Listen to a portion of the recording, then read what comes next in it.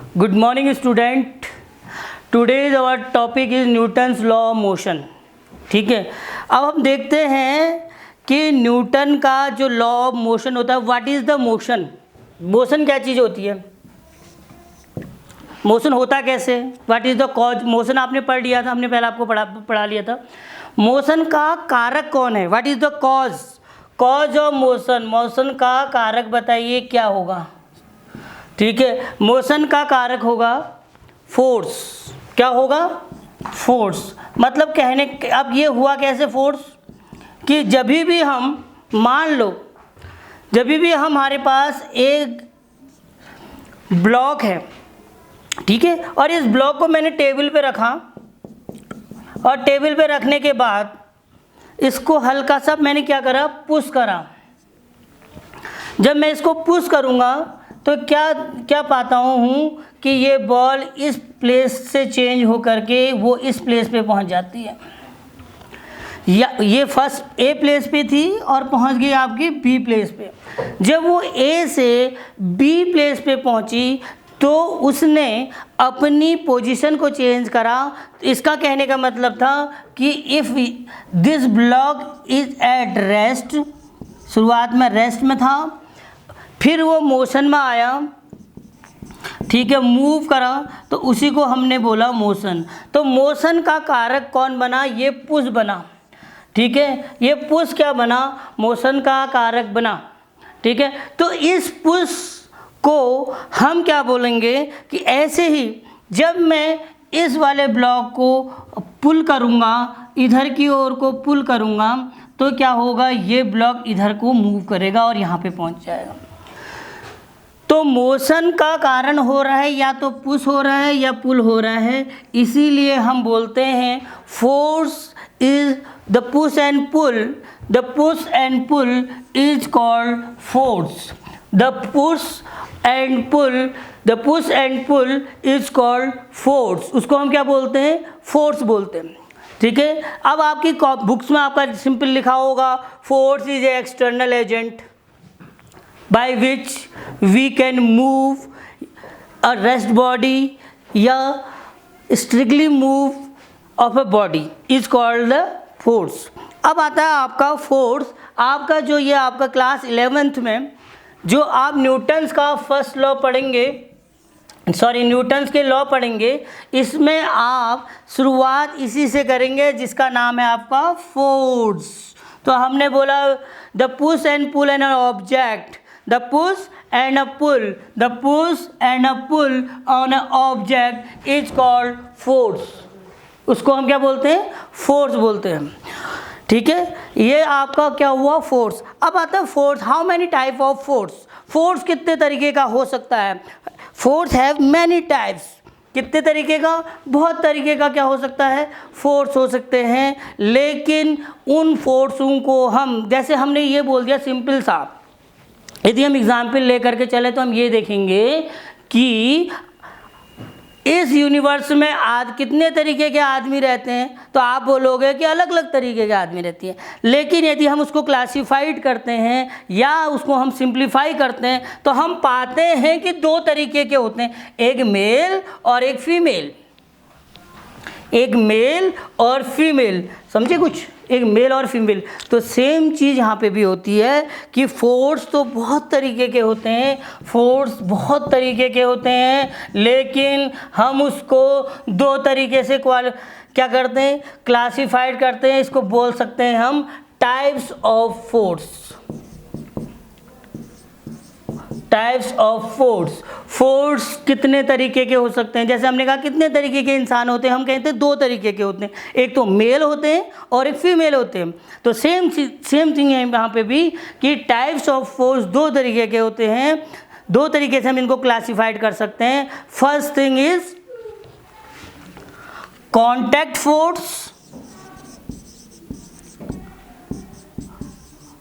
And the second one is the non contact force. अब बात ये आ जाती है कि कॉन्टैक्ट फोर्स कौन होगा और नॉन कॉन्टैक्ट फोर्स कौन सा होगा। कॉन्टैक्ट फोर्स में कॉन्टैक्ट क्या मतलब हुआ, कॉन्टैक्ट का मतलब हुआ किसी के साथ जुड़ना, जब कोई दो लोग एक दूसरे से जुड़ते हैं तो उसको हम क्या बोलते हैं, कांटेक्ट में आना। ठीक है, तो इसका मतलब है कि जब कोई दो बॉडी के बीच में, ठीक है, कांटेक्ट होता है और उसके वजह से जो फोर्स लगता है उसको हम बोलते हैं कांटेक्ट फोर्स। ठीक है, और जब बिना कांटेक्ट के, बिना मिले एक दूसरे के बीच में जो क्या लगता है, फोर्स लगता है, उसको बोलते हैं नॉन कांटेक्ट फोर्स। ठीक है, तो एक हुआ कांटेक्ट फोर्स और एक हुआ नॉन कांटेक्ट फोर्स। अब बात ये आती है कि आपका नॉन कांटेक्ट और कांटेक्ट फोर्स में किसको बोलेंगे। ठीक है, बिना कांटेक्ट हुए फोर्स लग जाए भाई, बिना कांटेक्ट हुए फोर्स लग जाए, बिना कांटेक्ट हुए कोई फोर्स लग सकता है, हाँ लग सकता है। जैसे मैं इसको फेंकूंगा तो क्या होगा, मैं देखता हूँ कि ये आपका पेन ऊपर से नीचे की ओर किसी ने खींचा, किसने खींचा, इस अर्थ ने खींचा, इस अर्थ के ग्रेविटी की वजह से खींचा गया। तो इसलिए इस बॉडी पे नीचे से कोई खींच रहा है बिना कांटेक्ट के, बिना मिले हुए, उसको हम क्या बोलते हैं, नॉन कांटेक्ट फोर्स बोलते हैं। तो इसका मतलब नॉन कांटेक्ट फोर्स का एग्जाम्पल हो गया ग्रेविटेशनल फोर्स। ठीक है, ग्रेविटेशनल फोर्स। दूसरा 11th में तो आपके केवल यही पढ़ोगे ग्रेविटेशनल फोर्स। दूसरा आपका होता है इलेक्ट्रोस्टैटिक फोर्स। ठीक है, इलेक्ट्रोस्टैटिक फोर्स, और भी होते हैं मैग्नेटिक फोर्स। ठीक है, इनको हम बोलते हैं नॉन कांटेक्ट फोर्स।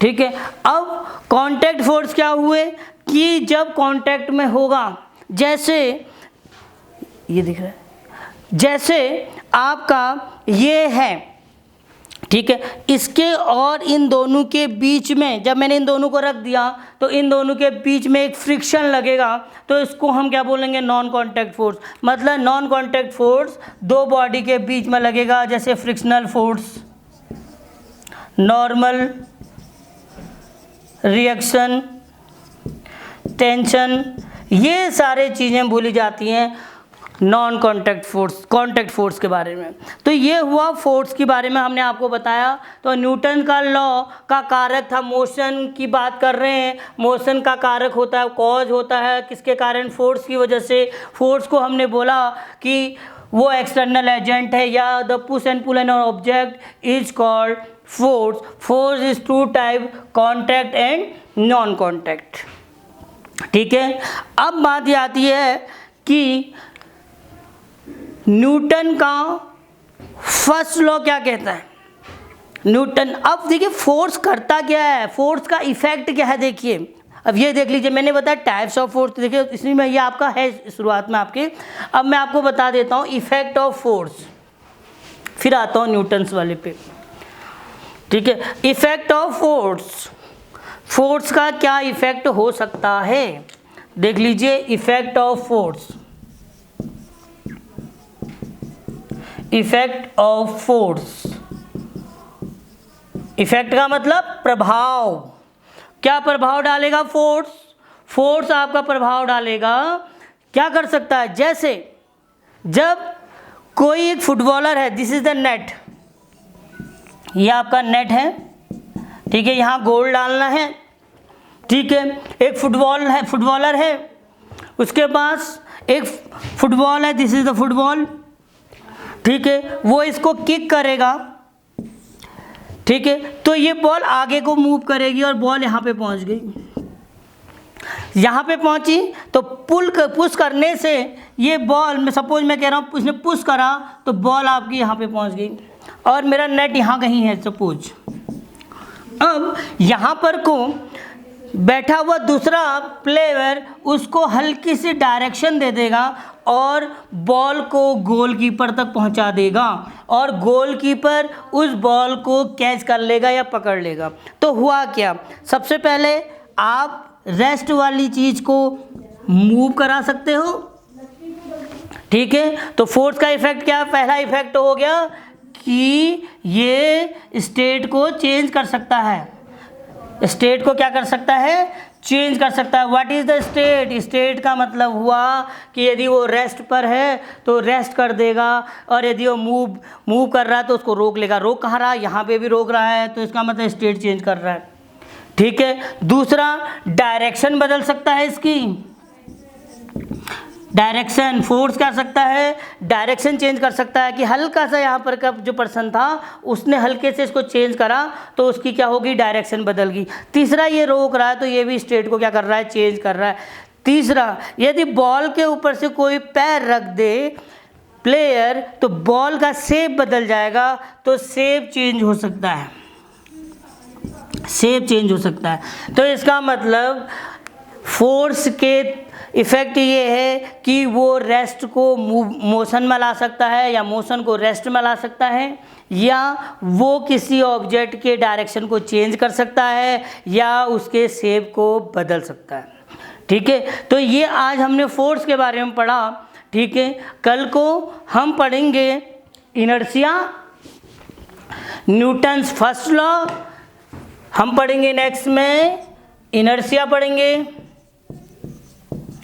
फिर उसके बाद पढ़ेंगे आपका न्यूटन का first law, second law and third law.